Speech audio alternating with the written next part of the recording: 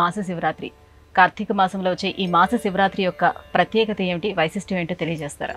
మనకి ఈ శివరాత్రులు అనేటువంటివి 5 విధాలుగా చెప్పబడ్డాయండి. ప్రతిరోజు గడక మనం శివస్మరణతో రాత్రి పడుక్కుని పొద్దున్న శివస్మరణతో మనం లేచామనుకోండి, ఆ రాత్రి అంతా మంగళకరమైనటువంటి శివమయమైనటువంటి రాత్రి అయిపోతుంది. మీరు రాత్రి అంతా కూడా శివారాధన చేసిన పుణ్య ఫలితం వస్తుంది అని మన సంప్రదాయ ఋషులు పూర్వమే చెప్పారు. దీన్ని నిత్య శివరాత్రి అంటారు. అలాగే పక్ష శివరాత్రి, పరమాత్మ లింగ రూపంలో ఆవిర్భవించాడు, అగ్నిలింగంగా ఆవిర్భవించాడు రుద్రుడు. అప్పటి వరకు కూడా ఆయన వాయు రూపంలో అలా కనపడకుండా ఉన్నాడు. ఒక రూపంలో లింగాకృతిలో ఆయన ఆవిర్భవించింది చతుర్దశి నాడు. కనుక పక్ష శివరాత్రులు అని చెప్పి వస్తాయి. అంటే శుక్లపక్షంలో ఒకసారి, కృష్ణపక్షంలో ఒకసారి. వీటిని పక్ష శివరాత్రులు అంటారు.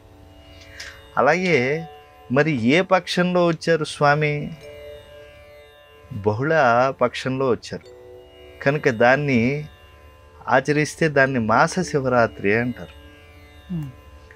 అలాగే పరమాత్మ ఆవిర్భవించింది ఎప్పుడు అంటే మహాశివరాత్రి రోజు. అంటే మాఘమాసంలో బహుళపక్షంలో చతుర్దశి అర్ధనిశా సమయంలో బ్రహ్మదేవుడు విష్ణువు ఇద్దరు కూడా కలహించుకుంటూ ఉంటే నేను గొప్ప అని అసలు స్వామి ఆవిర్భవిస్తే స్వామిని ఎవరు అని చెప్పి తెలుసుకోలేక లింగస్వరూపుడైనటువంటి ఆయన్ని హంస రూపంలో బ్రహ్మగారు పైకి వెళ్ళటం, అలాగే వరాహ రూపంలో విష్ణువు కిందకి వెళ్ళటం, ఆద్యంతాలు ఇద్దరూ తెలుసుకోలేకపోవటం, అందులో బ్రహ్మ అసత్యం ఆడటం, విష్ణువు సత్యం చెప్పడం, ఈ విషయం మనకు తెలిసినటువంటి అంశమే.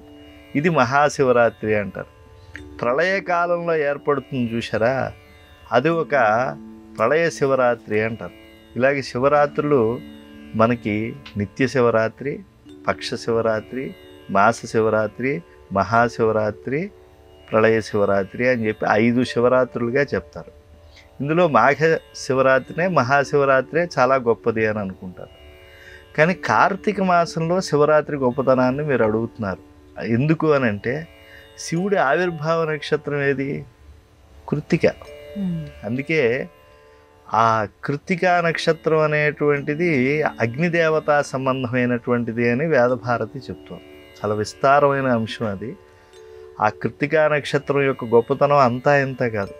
ఈ కృత్తికా నక్షత్రంతో ఉండేటువంటి కాలం అంతా పరమ పవిత్రమైనది, పాపలవిత్రమైనటువంటిది. కనుక ప్రతి క్షణాన్ని బాగా ఒడిసి పట్టుకోవాలి మనం. భగవన్నామస్మరణలో శివకేశవాద్వైత స్థితితో భారతీయులు ఆసేతు శీతనకం కూడా కార్తీక మాసంలో ఎన్నో పుణ్యకార్యాలు చేస్తూ ఉంటారు.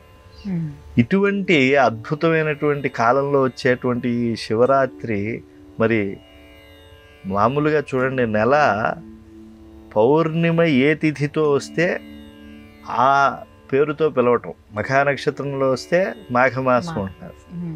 అలాగే కృతికా నక్షత్రంతో వచ్చింది కాబట్టి పౌర్ణిమ కార్తీక మాసం అంటున్నారు. కార్తీక మాసం అని అనకండి, కార్తీక.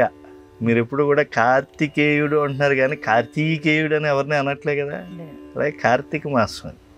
ఈ కార్తీక మాసంలో మనం స్పష్టంగా ఆ యొక్క శివరాత్రి నాడు కనుక ఉపవసించి శివుణ్ణి ఆరాధిస్తే మనకు సమస్తమైనటువంటి మంగళాలు కలుగుతాయి.